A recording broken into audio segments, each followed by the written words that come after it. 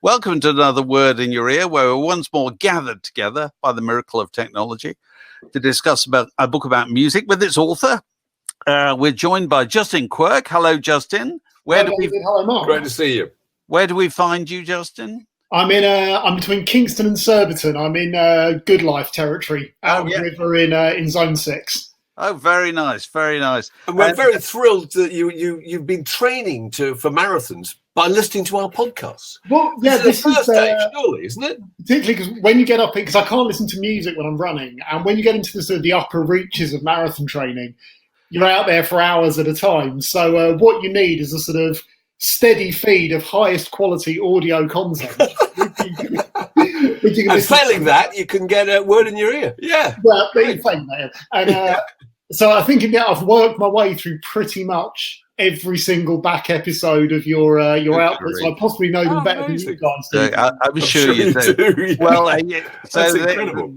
So let's hope in the next half hour or so we can add to that. Justin's book is called Nothing But a Good Time. And it's the spectacular rise and fall of glam metal, which, for the benefit of anybody who needs bringing up to speed, is big hair, massive amplifiers, drugs, alcohol, piles of money, and life-threatening pyrotechnics. So what's to dislike possibly about that? So, Justin, the usual first question we ask on A Word in Your Ear, because it helps us get a kind of sighting shot on people's age and background and so forth. Can you remember the record-playing equipment in your house when you were a child?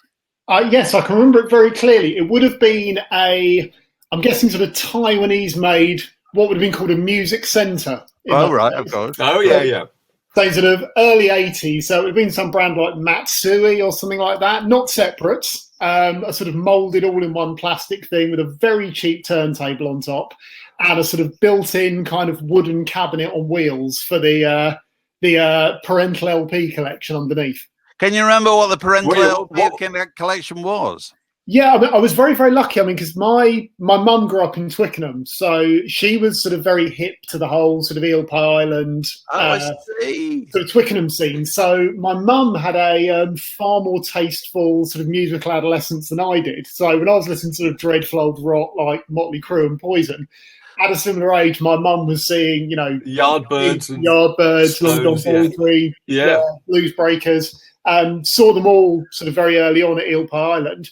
And then there's a big Irish contingent to my family. So it was sort of a combination of what you'd call sort of 60s beat music, Simon and Garfunkel, who were the mum's absolute favourite, and then lots of like the Dubliners, the Furies, sort of trad Irish stuff. And then things that I think were probably very sort of early 80s, like the Lark Rise to Candleford sound. Oh, right. That sort of slightly spooky end of English folk music. So it was quite a broad church. Brilliant. So it was obvious with that background that you were going to develop a fascination with glam metal. Cinderella. It's quite clear. Wasp. So where does your journey with glam metal begin? Your personal journey, and how did it lead to this book?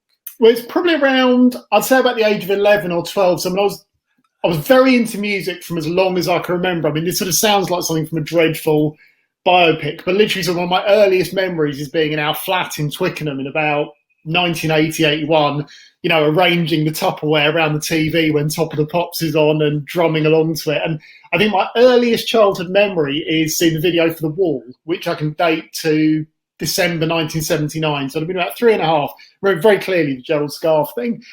So I was sort of interested in music already. And then about 1987, I'd have turned about 11. And what I didn't realise at the time was I started playing the guitar that year.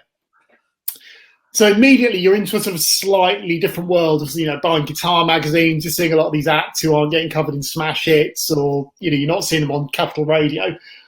But 1987, as I now realise, and it features very heavily in the book, is kind of the annus mirabilis of this stuff. It's your very tight sort of period where Def Leppard's Hysteria, which is really kind of, that's like the benchmark album for this, that comes out. You have Permanent Vacation by Aerosmith, which is their sort of big comeback. A couple of the big Bon Jovi hits. The second Poison album, which is huge. I mean, really, all this stuff just comes in a bit of a surge. And honestly, I mean, I was wet cement for this stuff. I mean, I was, sort of bored male, 11 years old, living in a sort of dreary, comfortable part of suburbia. Obviously, what you want is rebellious music, but in quite a sort of safe, rebellious way. And the first Guns N' Roses album also comes out at that point. So really, in kind of a 12-month period, I'm just sort of fire hosed with this stuff. And I think there's a certain kind of music fan, usually male, usually adolescent, where you like things because other people don't like them. Mm-hmm. They're not in common currency. You like them because nobody at your school, and I went to a sort of fairly lively comprehensive on the Age of Hamworth, where clearly nobody else was into this stuff. So it all just, I was ripe for it, really, and then just went headlong, got a job in a guitar shop, so I was around this stuff all the time. And one of the sort of points I make in the book, I didn't really appreciate until I went back, was that this stuff was much bigger than you remember it being. It did the thing that heavy metal often does, which is it's cultivated a sort of renegade outsider aspect. And yet you look back, like, it wasn't. It was huge. It was in the top 10. They were selling out arenas. They were selling out stadiums. And I would imagine, this is sort of the period when you're working on Q, I guess. And I would suspect any time you featured these bands, they probably shifted a decent number of copies for you, because they weren't difficult to get into. It wasn't like trying to get into Napalm Death or White Mouse or something. It was. I don't know if we ever put anything on the cover, actually. Probably wouldn't have done. It's. I mean, Kerrang was going absolutely dambusters at that point. And again, not just Kerrang, but some, Kerrang, Metal Hammer, Raw. I mean, it was sustaining. There was a big ecosystem around this stuff. Right. So now a lot of these groups you've mentioned, I would probably naturally identify as kind of hard rock or metal or whatever. Yeah. Whereas you're talking about glam metal. So where does the glam come from? It's a good question. It's not, I suppose it's important to say, it's not glam in terms of 70s British glam. And I sort of delineate those two things quite clearly in the introduction. You obviously have 70s glam rock, which everyone is familiar with over here. What's interesting is that never really lands in America. No. Even people that we think of as being the absolute, gold standard is stuff. Your Mark Bolan's, your Bowies. Commercially, at that point, they're not a huge deal in America. But presumably, it's the Alice Coopers and the Kisses who were influenced by the British glam metal that kind of absorb all that, and that must have been the kind of source material for glam metal. Yeah, and those American ones, I think what probably hobbled people like Bolan and Bowie at the time to a large degree in America was those American audiences were not comfortable with any sort of real androgyny. I think androgyny particularly really, really switches off American audiences. Kiss particularly and Alice Cooper effectively kind of sand the corners off it. And I think what they realise is you can keep the spectacle and you can keep the theatricality, and people will go for that. There's no androgyny about Kiss or Alice Cooper. It's very. Kiss are a pretty horrible band in many respects. I mean, it's real meat and potato stuff, but they sort of transmute it into something different. And they're really, Kiss particularly are the real sort of lodestar for, kids that see them when they're 14 are the ones who 10 years later will form these bands. Right. So they see them as kind of cartoon characters, don't they? Very early on. And I think, Kiss particularly, you can almost, I don't sort of wouldn't overstress the link, but you can almost draw a link from like Kiss to Donald Trump. You definitely can. Yes. I don't think there's any doubt about it. Yeah. And I wanted to talk about this because one of the things you mentioned is the importance of kind of professional wrestling and all that kind of that struck me as which really is very closely related to Donald Trump world, isn't it? Hugely. But then also, so to sort of step back a bit, the Trump thing is, you look at Kiss and you're like, as much as they are a band, they are a branding exercise and a kind of pyramid selling scheme. Yeah. You can sort of stick the Kiss logo on anything in the way that Trump could be a hotel or a steak or, the decline of Western democracy, whatever he wants to put his name on.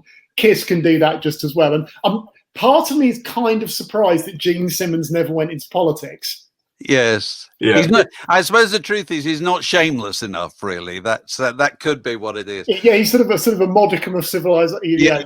Yeah. So talking about further connections with the UK, you talk about the glam thing, which didn't happen there, but it was influential. You talk talk about Ozzy Osbourne as a really key figure in all this. How does that work? Yeah, he's a big connection between 70s rock, isn't he, and kind of 80s.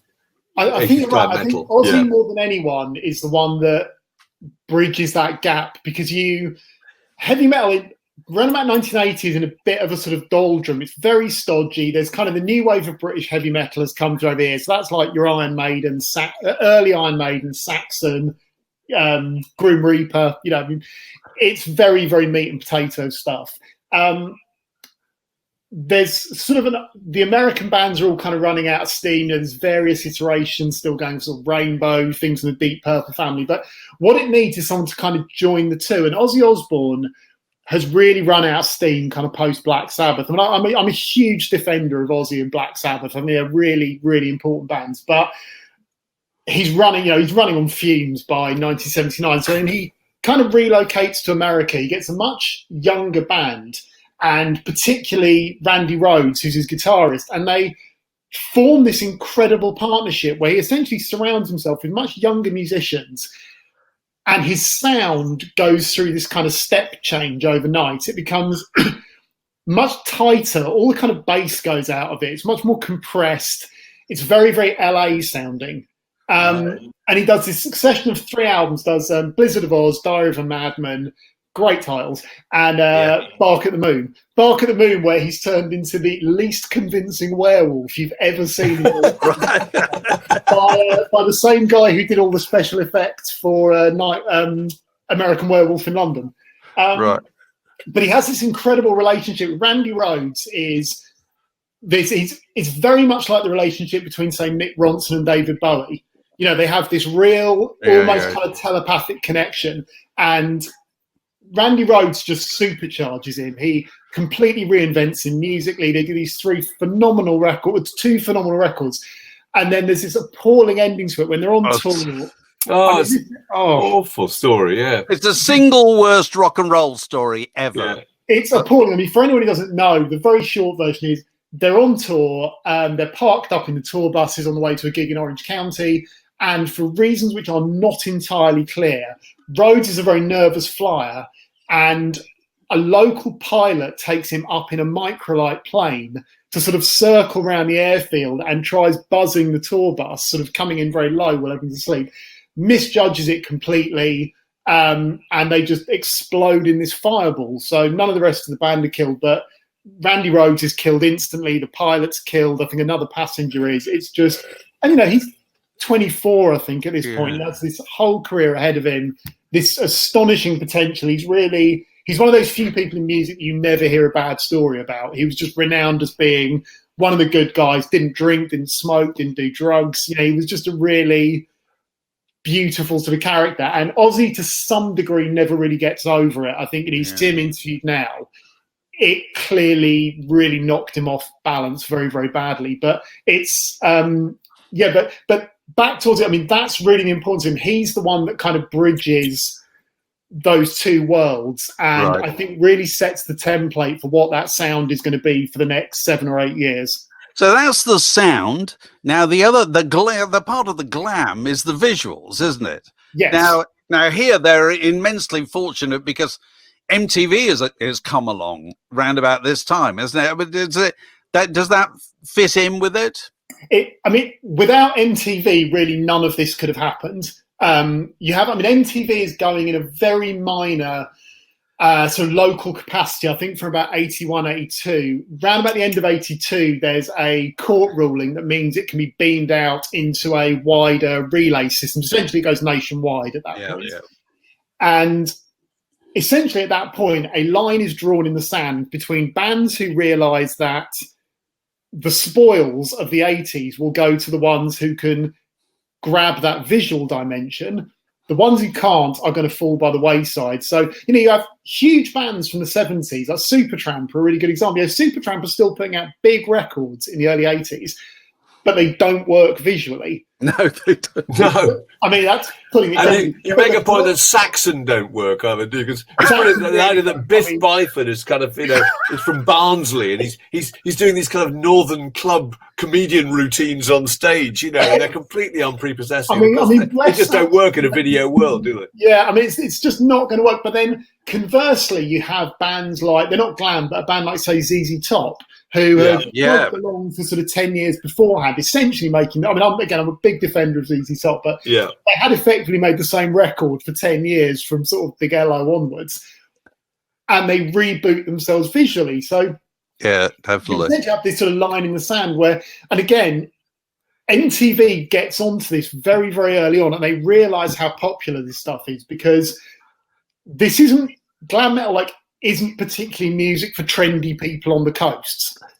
There's a lot of people in Pennsylvania who like this stuff, Indiana, all these places. And Def Leppard really are, again, the ones that glom onto this very, very early on. Videos with David Mallet. And again, just for context, in 1983, the only record getting played more on MTV than Photograph by Def Leppard is Billie Jean by Michael Jackson. They are on that level in terms of the new medium. That's who they're competing with, and they grab that, I think, better than anyone. They all dress the same. They have this very cartoonish look. The records are fantastic. And again, I'm going to talk about Def Leppard a lot in the book, because they're sort of the proof of concept for the whole thing. Ozzy kind of perfects the sound, but he still looks a bit genuinely crazy and like something from the Henson Preacher Workshop. Def Leppard are the ones who go, look, they're very young. They're 10, 15 years younger than Ozzy. They ally the music, which is basically, it's just nailed on pop music with this very, very sort of video-friendly image, and they become much bigger in America than they do over here. And again, they do the thing that always sets British bands apart. They go out and hit the road for 3 years. Yeah. They don't do the Oasis thing of couple of dates in New York, couple in LA. That's enough of that. We're going home. Yeah, if they don't like us, we're going home in assault. You're right about the construction of Hysteria, which is fantastic, and it's Mutt Lange, isn't it, who did the record before, pretty much killed himself in the attempt. But you say it's put together like an electronic recording. It was meant to be a kind of metal equivalent, really, of Thriller. It was that detailed, wasn't it, in the way it was constructed and the number of singles. Yeah, there's a book I think you mentioned recently on the podcast, David. Greg Milner's Perfecting Sound Forever. Perfecting Sound Forever. Yeah. That's a brilliant book, but that has a whole chapter on Hysteria. Yeah, really, just from a recording process, and they'd had this awful run of it where, Pyromania, the album from '83, is huge. In the interim, their drummer loses his arm in this horrific car crash, New Year's Eve. Another terrible story, yeah. Oh, it's just, and again, he's actually wearing a seatbelt, which is what severs his arm, and he's flung out of the car. They sew the arm back on, he then loses the arm again. I mean, they're really in a bad way. He has to effectively work with Simmons, the drum company, to build in this equipment. Kerrang head out there in the depths of winter this is in about 1984, I think, when they are really in a bad way. I mean, they've wasted the best part of a year working with Jim Steinman, Meatloaf's producer, which is a brilliant story, because he doesn't like the carpet, does he? And he insists that the carpet is torn out and a very expensive new one's put in. And then he has 12-course meals and all that stuff. They fired it, didn't they? Appears to just sit there reading Country Life magazine and going, that's fine, and sort of not doing a great deal. So when Kerrang catch up with him in that issue, the whole thing is really in the balance. I mean, they are ploughing through money in the way that only bands in the 80s holed up in residential studios could do in, Holland. They've been out of the country for a long time for tax reasons. They're 2 years. The ground is kind of moving underneath them. And we're getting on for, it's like 3 years since they've had an album out. Everyone's like, where's this going to go? And eventually they get Mutt Lange back on board. And I'm simplifying enormously here, says, essentially, just give me a demo, record it on these very small Rockman amps that are like 10 or 20 watts, and just give me a clean signal. No effects, no distortion, nothing, just skeletons. And then you can basically bugger off for 6 months. I will build the record. And he essentially pieces it together the way that we would now expect like a hip hop record or an electronic record to be done, where to the point where rather than them just playing chords, he's recording the individual notes and compositing them together, putting everything into one of these sort of state-of-the-art SSL desks, which sort of costs more than a house at this point, and there's 2 of them in the country, and Kate Bush has got the other one. I think Thomas Dolby turns up on it at some point under an assumed name because he's got, you know, the only Fairlight in the country that isn't in Kate Bush's. And so 1987, so midway through 1987, Mutt Lange then calls them back in and essentially plays them back this version of the album. And he has a compositional credit, I think, on every single track, doesn't he? I know, that's fantastic. But and again, to be fair, the band boys have been very generous about it because they're like, look, he was effectively a 6th member. And, you know, that idea of the producer kind of playing the desk like an instrument, it's more like something out of dub or reggae or something. He's a really astonishing piece of work. But it gives the whole album this very, very sort of odd effect. Where I say in the book, it's like, you know, Magritte's painting of a pipe. You know, you're hearing Def Leppard, but it's not really Def Leppard. And they then have to learn how to reconstruct this music. Yes, and to play it some way. Yes. Which they manage, you know, astonishingly. But the album then comes out, first single does nothing. Really? So you can imagine, you know, was this wise? After all that time and money, and I think at this point they're at the stage where they need to sell something like 4 million copies of this just to cover them, just to get the money back. And they've had 4 years just digging a trench. You know, first single really does nothing, and then I think it's the second single which really, really hits big, and then it's just heads down from there. They just go on the road for 2 years. They're selling out stadiums all across America. I think in the end, so Joe Elliott stated in he said, we want to make heavy metal's version of Thriller. And I think in the end, they have 7 or 8 singles come out of an 11-track album. 7 deep, as they call it. The American record holds up brilliantly to this day. Right. So where do Guns N' Roses fit in, or do they fit into this world? They're an interesting case because I think they would dispute. I mean, this is the problem because glam has this slightly pejorative quality to it. Most bands would not consider themselves to have been part of it, you know, and even though, you know, they clearly are. I think Guns N' Roses kind of sit at a very interesting point in that I think their first album, which comes out in the same year as Hysteria, and again, it comes out, it's not a big deal. You know, the album comes out, it's a very, very small release. No one at Geffen's particularly bothered about it. There's no big campaign behind it. What makes it, they get one play very late at night on MTV for the video for Welcome to the Jungle. And, you know, in true style, the switchboards light up and it sort of never goes back. But they are of a very different complexion, I think, to all of their peers in that what you realise from looking at this stuff with a bit of a longer view is whereas a lot of glam was, you know, it was quite pop, it was quite, had a very mainstream appeal, you know, Bon Jovi were, you know, nice teeth, good hair. They deliberately tooled themselves to be very open to sort of like female audiences in a way that, you know, our dear friend Saxon probably weren't, or most of them.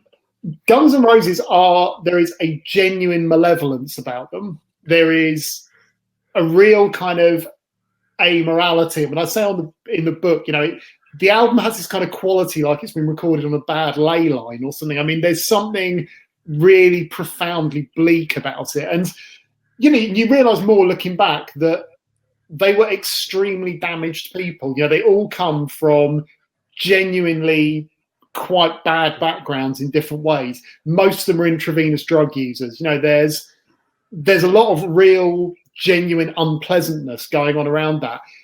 But there's something very real about it that people lock into. And as a result, that album comes out and it renders everything around it kind of cartoonish overnight. You know, you hear that and then you hear Poison. You're like, one of these things is clearly more sort of real. You know, it's more impactful. So it just made them all look cartoonish and superficial and not and ridiculous. Yeah. Yeah, and there just seems to be something sort of like more meaningful and a bit grown up about that Guns N' Roses album. And then I think at that point that it doesn't kill glam metal off, but I think it sort of gives it a slow puncture. I think they then sort of deliver kind of the death knell in 1991 when they finally do that double release of Use Your Illusion, which has had so much expectation freighted onto it for the 2 years. It's been endlessly delayed. There's been bootlegs leaking out. They've done some gigs, but they've sort of ended a bit badly, and everyone is pinning everything on that album. And it comes out, and commercially it was a success, but it just wasn't happening. And I was 15 when they released it, and you so wanted it to be a success, and it just wasn't. And you couldn't.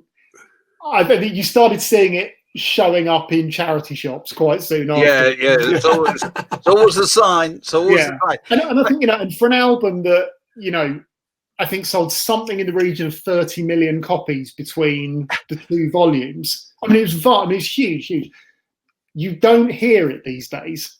It's probably the classic case of shipped gold, returned platinum. It very much did so, as they say. So when you look at the whole world that you cover there are clearly some bands you have great affection for, either in the past or still now. Are there any of them that you look at and think they were ludicrous then, they're ludicrous now? I mean, Motley Crue or Poison or whatever. I mean, Cinderella, you give a bit of a kicking to, I think, at one point. I mean, there's Wasp. What's the story with Wasp? I would make the case for. I mean, Wasp.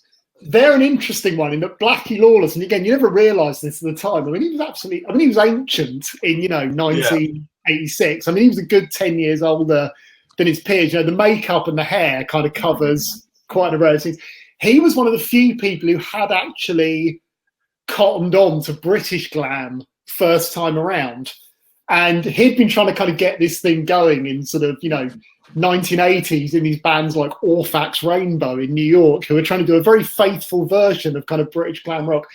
Everyone else in 1980 in New York is listening to like Talking Heads and Blondie and, sort of very much giving, what are you playing at him? But Wasp, I think, stand up pretty well. I mean, there's a real B list of British glam bands who nobody is going to make a case for. I'm talking about Tigertailz, Wrathchild, these, I mean, real. Right. It's sort of imagine like Motley Crue, but from Worcester and without the songs. It doesn't work from Worcester. That's damning. It doesn't work from Worcester at all. It didn't work. I mean, Def Leppard are kind of the exception of the British band that sort of sold coals back to Newcastle. Absolutely. That's the interesting point. Is Def Leppard were effectively reconfiguring themselves as an American band, didn't they, really? And they got a lot of stick for it at the time. I mean, there's a lot of old articles and things like Sounds where they wouldn't like that. Really didn't like them. And they had they did go pretty hard on it. They had a song on their first album called Hello America. And that's the Dave Clark 5 did that kind of thing many years earlier. I mean, there was. I think people were, very sniffy about them for being seen to be a bit too try hard. But you've got to say they did it. I mean, they succeeded. Oh my God, they succeeded. So when you look at the term that you're covering in your book, when's the era of glam metal? When does it start? When does it finish? And what brings about its end, if it's ended? I'd say it's very, very, it's tightly bookmarked in a way that most genres aren't. I'd say you go from 83, which is the second Motley Crue album, Shout at the Devil. Motley Crue 83, I think, is probably a starting gun. That's the point where I say in the book, there's things before it that sound like glam and there's things that look like glam, but that's the first one that really crystallizes the two together. And then I think really you've got to draw a line under it in 1991 with Use Your Illusion, the Guns N' Roses album. After that, you couldn't really have plotted this any more beautifully, but it's literally within about 10 days of each other. Yeah, Nirvana turn up. Yeah, it comes out 10 days after, and you can sort of see, there's the fork in the road there. And it's too glib to say, grunge killed off glam metal, because, there's still huge stuff coming out in 1992. And, we tend to repackage things more neatly with hindsight than they were in reality. Yeah. But I think you'd go 83 to 91, and then it's. And again, that's another example of it, of the music being incredibly kind of raw and about the real world, and it being kind of unvarnished and all that. And it must have just thrown a lot of that glam metal stuff into a kind of comic relief, wasn't it? It was really hard. I mean, there's a great interview I read somewhere where, I mean, the one that always sticks in my mind is seeing Warrant, who are a very, unlamented band. They had a very big hit song called Cherry Pie, which is sort of terrible. It's sort of what people who really hate glam metal will envisage when they imagine glam metal. And they went on the Channel 4 show, The Word, the standard sort of Friday night show. Yeah. So obviously you've got sort of audience of kind of British trendies who are, probably more into house music or whatever. It's 1991, and they give out a load of promotional cherry pies to the audience before you can possibly guess. You know where this is going. Yeah. And it's got to be about, I don't think they even make the first chorus before this hail of kind of pastry and stewed fruit starts raining down. This guy in a cowboy hat trying to protect himself from this hail of Mr. Kipling's. And I remember at the time just thinking, this is kind of a visual metaphor for where things are going to go in the next 12 months. Pelted off stage with your own fruit buns. Did you ever, at the height of your passion for this kind of thing, did you ever dress in the style of the bands? No, I mean, there was a couple of main reasons. The first one being I was just never able to grow my hair long. The hair wouldn't go beyond the collar. Which is a sort of major hindrance. The second one being that I went to a very rough school in Hanworth, where I think I would have been kicked to death in about 90 seconds had I turned up at Dean Road's Finest dressed as wearing a cowboy hat and spurs and a sort of frock coat. I think I would not have been long for this world. So, so what were the key fashion items that you would have to acquire if you wanted to be, in 1987, the key? Well, it's sort of a visual bag of, and this is what I'm saying. What I think is interesting about the music, even if you hate it, I think what makes it interesting is that, for me, I think it's the final point of white guitar music having a kind of forward momentum. I think it's the point where after this, everything becomes very self-referential and has more of a sense of irony. And I know you made a brilliant point in the book. You think it's an amalgam of 40 years of white guitar music, starting with vaudeville and country and cowboy blues. So what are the other elements in that? All these elements, the kind of, the bits of psychedelia, bits of, what Aerosmith were doing in the 70s, bits of Led Zeppelin. And the fashion does that likewise. It's sort of cowboy boots, duster hats, the sort of like military frock coats of the kind of late 60s. The ripped t-shirts of punk, the sort of makeup of kind of new romantics. It's like a sort of flesh golem that's been kind of stitched together from 40 years. And I think what's interesting now is dance music, I think, is kind of approaching a similar stage at a similar point in its lifespan. If you think that glam metal arrived when you were kind of 30 years into guitar music, it's 40 we're at about that point. We're sort of 30, 32 years after house music really sort of broke through. And I think we're at a similar point now where if you listen to a lot of sort of EDM, you go, well, this kind of sounds like a weird hybrid of bits of Chicago house, bits of Detroit techno, bits of sort of trance from the 90s, all kind of, I think the description I use of Guns N' Roses is saying, it's like watching a trash compactor kind of forcing together 4 decades of this kind of guitar music. And then this block of kind of reeking matter gets sort of spat out the other end of it. And which was, you could argue, I think Oasis did something kind of similar, but it was a bit more, you could sort of see the joins a bit more, I think, with Oasis. It was like, we're just referencing this and this. It was like the 60s, this bit of the 70s. I think this was much more of a sort of compression of about 4 decades of material. Right. Do you think the title is Nothing But a Good Time? Is that a conscious thing? Do you think it was a conscious rejection of kind of music or other music becoming rather serious and up itself or whatever. And this was, we're here for a laugh. We're here. Yeah, to you talk about the kind of Paul Simon and Carly Simon and Don Henley, and just putting out a whole soundtrack now for people who've just got divorced. They're in their mid-40s. You suggest that this is the Technicolor counterpoint to the entire thing. I think it is. I mean, I was saying in the book, constant escape. I've been sort of kicking this theory around for a couple of years that I think the boomers hitting divorce en masse is one of the great kind of unacknowledged engines of pop music in the 80s, from sort of Phil Collins, the theme from Chess, like loads of Graceland by Paul Simon, a brilliant record, Don Henley, Boys of Summer.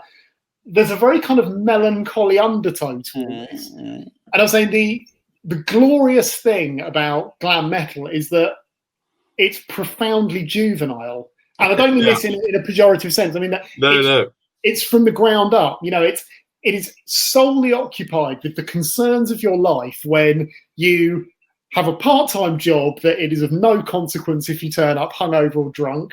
You probably don't have a girlfriend, but that's fine, because no one does. You get drunk very easily, no one's got any money, and you have a sort of generalized ambient rage against all parental authority figures. And as I say, say what you like about, Dokken. They weren't going to start having a conversation with you about their divorce. Blackie Lawless was not going to start talking about, the poignancy of sort of taking his son on a road trip when he has his weekend access visits, because much like, I love those things. Like, you don't want to hear that when you're 14. So is there any sign all these years later of any of these groups attempting to, in conventional terms, grow up? Has anybody threatened to say, has John Bon Jovi ever said, "Now I'd like to be taken seriously"? At this point, he's 50 or whatever he is. Kind of did. I mean, Bon Jovi and Aerosmith were the two.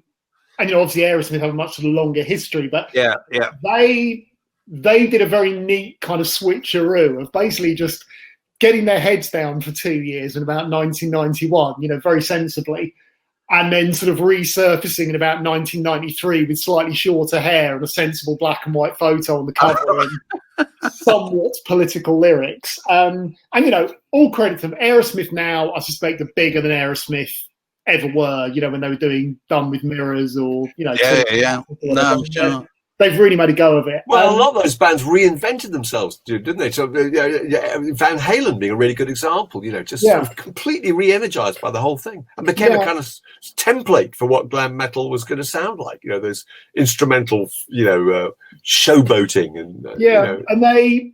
And again, I mean, Van Halen, hugely important outfit in all this, and again, they were initially they were essentially a 70s band who saw very sensibly which way the wind was blowing in about 1982, and it's like, I mean, their biggest record, is Jump, Van Halen. 1984, you're putting a record out. You have probably the greatest technical guitarist on earth in your band. And you start that track with a synth riff. Yeah, oh, absolutely. Yeah. Well, everybody did. Yeah. That track, if that same riff had been played on a guitar, that would not have been as big. That wouldn't have been a mainstream hit the way it was. No, absolutely. No, they were sensible enough to do that. In terms of who else has managed to kind of survive the sort of Maoist purge that occurred in 1991, there is still a revival scene. You can still go out under normal circumstances and see whatever passes these days for LA Guns or Cinderella or whoever playing. But I say in the conclusion of the book, I think the problem they have is that something changed with the arrival of grunge. I say when things started to have a kind of ironic dimension to them. So the thing with glam metal is that it is ludicrous, but it takes itself seriously. And what I mean by that is, Motley Crue dressed like Motley Crue because they thought it looked good. Dave Lee Roth did a star jump off a drum riser because he was silverbacking every other male in the arena, and it looked great. They were very, very sincere, ludicrous but sincere. After 1991, everything kind of comes in inverted commas. And the whole idea of, everything sort of functions on two levels, and it's all a bit more slippery in terms of sort of perception. It's all a bit more mutable. And I think that is what locks certain kinds of music in the past. In that, if you saw a band turning up now dressed like Motley Crue on the cover of Kerrang in 1983, you would assume that was a joke. Yes, you would. Was a stunt for like a Katy Perry video or something. Yeah. It couldn't just be taken in one term. So whereas there are older bands who, a band could emerge now who look and sound like Talking Heads, and they would sound completely modern. A band could look and sound like Blondie, and they would sound, or the B-52s or something, and they would sound modern because those bands had a grasp of sort of ironic detachment. Glam didn't. Glam was all surface. It was kind of all flash, everything up in the red. Everything is exactly what it says on the tin. And I think that makes it seem, much as I love those records still, it makes it seem as anachronistic as, if you see a load of greasers or Ted. It's Teddy Boys. That's true. Teddy Boys is the closest parallel, definitely. Yeah. Well, look, the book is called, as we said, Nothing But a Good Time: The Spectacular Rise and Fall of Glam Metal by Justin Quirk. And it's out now, isn't it? It is out now. It is. On Thursday. And it does a remarkable job, as Justin has just done live in sending us towards this extraordinary area of popular music.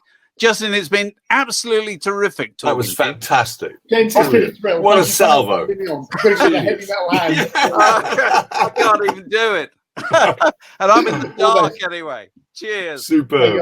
All the very best.